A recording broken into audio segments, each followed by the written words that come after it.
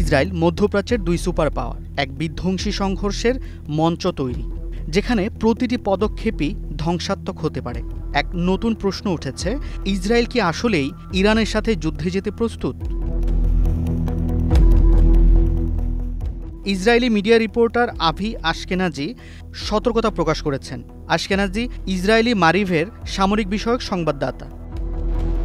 আশকেনাজি বলেছেন, ইরান একটি শক্তিশালী রাষ্ট্র, যার কাছে লক্ষ লক্ষ ক্ষেপণাস্ত্র, বিশ্বের অন্যতম বৃহৎ অর্থনীতি এবং তেল গ্যাস সহ অমূল্য প্রাকৃতিক সম্পদ রয়েছে। ইসরায়েল বরাবর তার সামরিক শক্তি নিয়ে গর্ব করে। আজ কি সংকটে পড়েছে? ইসরায়েলি রাষ্ট্রের শক্তি কি ইরানকে মোকাবেলা করার জন্য যথেষ্ট?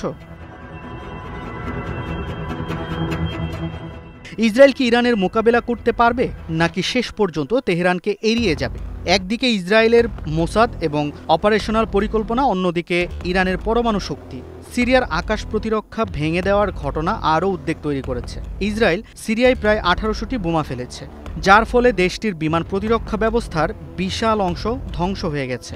ইসরায়েলি বিমান বাহিনী এখন পুরোপুরি আকাশে শ্রেষ্ঠত্ব দাবি করছে। সিরিয়ার বিমান প্রতিরক্ষা ব্যবস্থা ছিল একসময় বিশ্বের অন্যতম শক্তিশালী, কিন্তু এখন ইসরায়েলি বিমান বাহিনী সিরিয়ার আকাশসীমা ব্যবহার করে ইরানকে হামলা করার দিকে এক বিপজ্জনক পদক্ষেপ নিয়েছে। ইসরায়েল কি ইরানে আঘাত করতে সক্ষম? সিরিয়ার আকাশ প্রতিরক্ষা ব্যবস্থা ধ্বংস হলেও ইরানের বিশাল প্রতিরক্ষা ব্যবস্থার বিরুদ্ধে ইসরায়েল কি সফল হতে পারবে?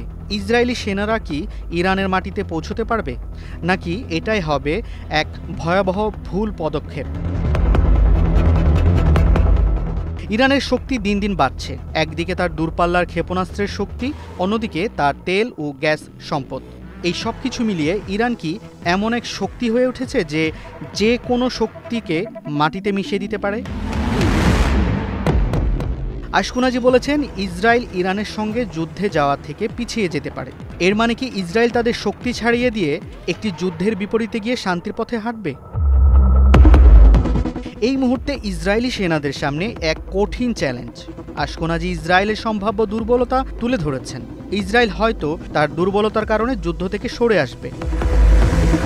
শেষ পর্যন্ত ইরান কি ইসরায়েলকে দাঁত ভাঙা জবাব দেওয়ার পথে হাঁটবে? বিশেষজ্ঞদের চোখ ইরান এবং ইসরায়েলের দিকে।